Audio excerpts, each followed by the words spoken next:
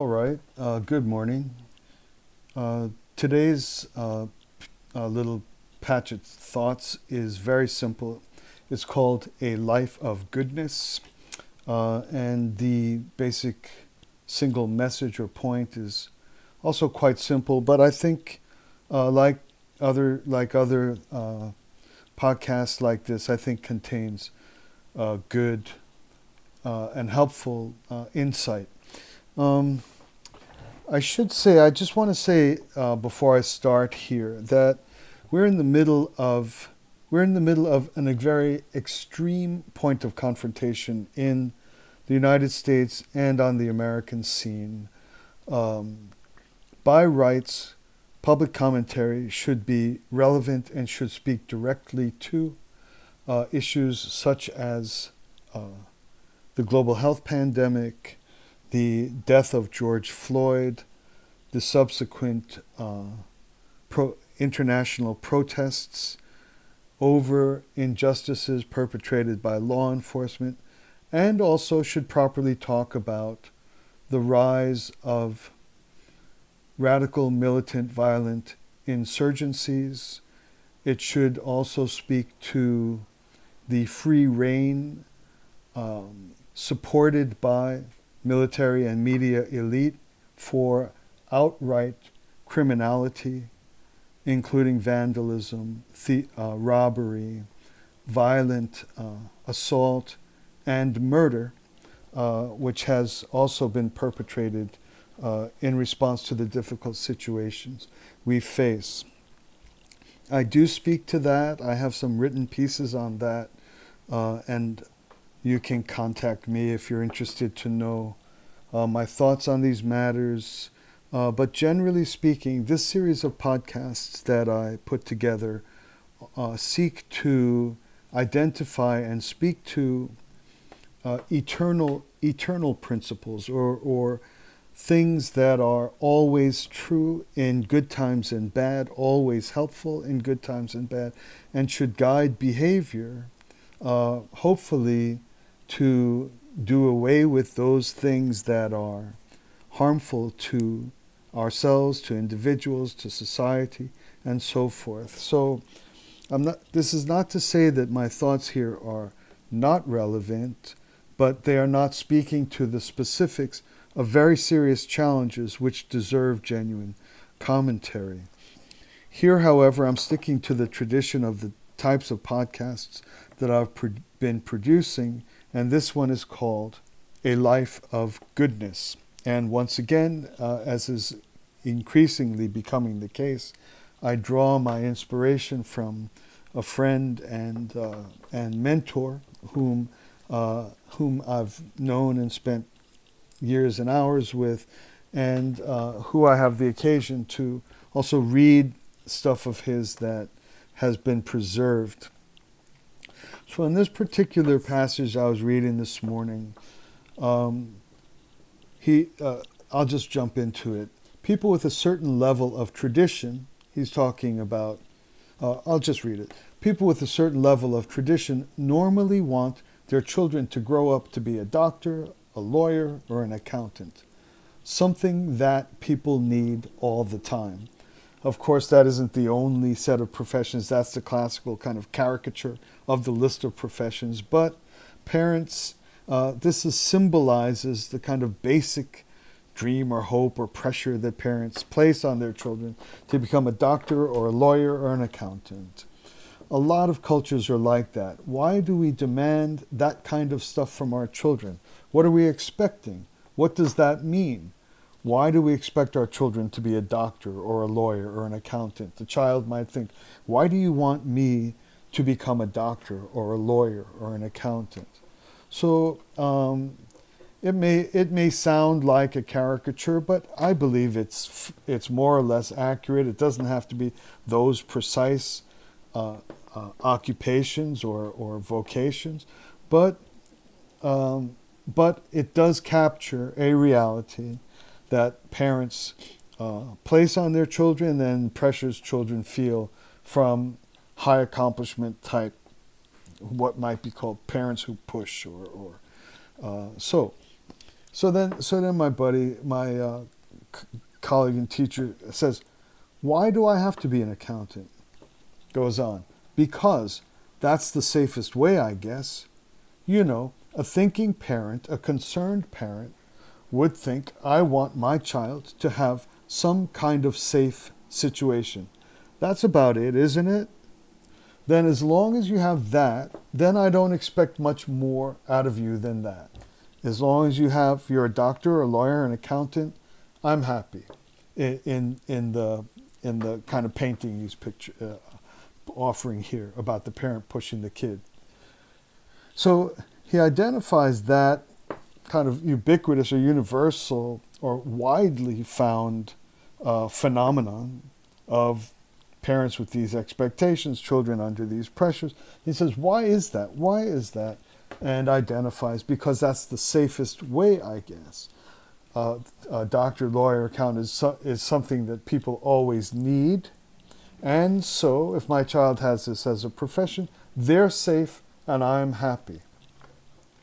The more interesting thing that he goes on to say, and this is the point of why I picked this to offer some thoughts today, is that parents, or he goes, I don't think I'm sending my children to be a doctor so they can create a cure for cancer.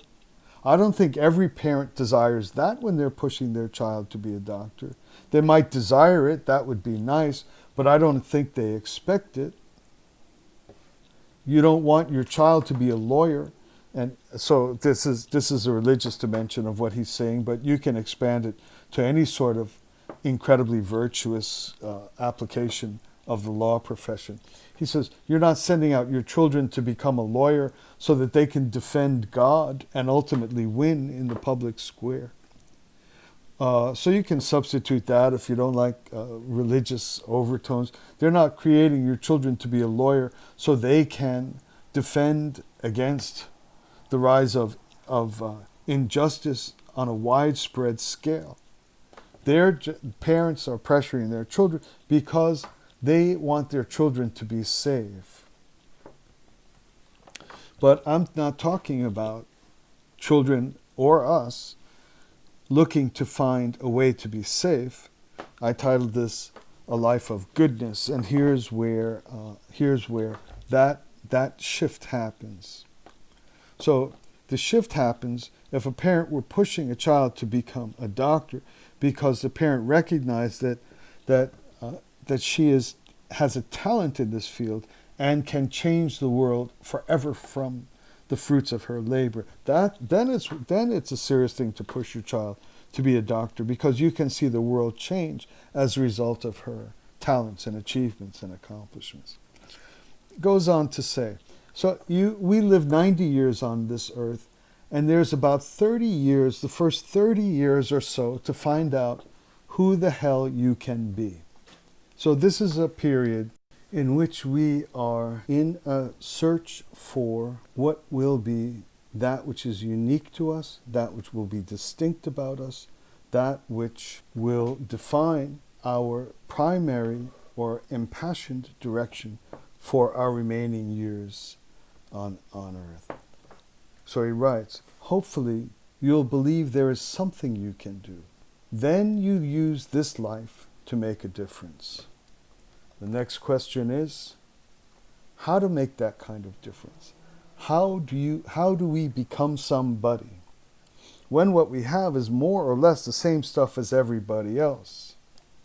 The only way is to have some kind of direction and value, something that is distinct.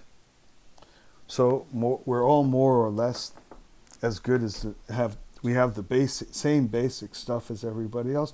Of course, in every field, there's people with superior talent. But this isn't the point. The point is, how do I make my life have a particular value and direction that is different than merely being safe? He writes, I like to call it a direction that outshines everything else. It outshines other things. What is that, and how do we utilize it in our life? This particular matter of spending time in self-examination to identify what is the particular direction and value and distinction that which we want to seize, identify, embody, make part of ourselves, part of our lives, that outshines. It's always there, always doing that. This is how life stays true from beginning to end. If I spend my whole first years of my life killing myself to be a doctor, and everybody's so proud, and my parents can walk around saying, oh, my son studied to be a doctor, oh, my son's a doctor. The truth of the matter is that upon completing that, we walk into a world that's just filled with thousands of doctors. Hospitals are full of doctors. Some are good, some are bad. Some are nice human beings, some are not. Some are greedy, some are selfless. Some do their job well, some care less. Merely the aspiration to be a doctor or a lawyer. It's temporary in its shine. But once we identify a particular element that is our direction, our value, and that which is distinct, then there is a constant light that always lights our way, that always keeps our purposes fresh and clean and clear, that keeps us alive in our striving. We don't look back on resentment of how many years or how many dollars we spent in the pursuit of a law degree or a doctor's degree. There's something we're trying to do other than be safe. Because if it's nothing but being safe, this is the beginning of becoming a person for whom we do not honor our profession. We do not become great doctors or great lawyers. We do not particularly help anyone with whatever talents we've been given that were sufficient to accomplish these very impressive identities and professions and states. So it's the direction, the value, and the distinction that outshines everything else. That is constantly with us. That keeps our life fresh. And that is the matter that should guide parents who are seeking a path ahead for their children, trying to encourage them, trying to provide what's needed for them, trying to provide even the pressures that will help the child pass the difficulties and struggles, and the children putting up with parents' aspirations and parents' expectations. If we can recognize in our parents the hope and the dream and the prayer that what they want is for us to actually help someone or something or some people or some group, then we have simplicity and clarity and a healthy and wholesome partnership between parents and children in the aspirations and expectations to become something great. Not great to be safe, great to help, to genuinely help in a way that endures. Thanks a lot for listening. I'll be back with you again sometime soon.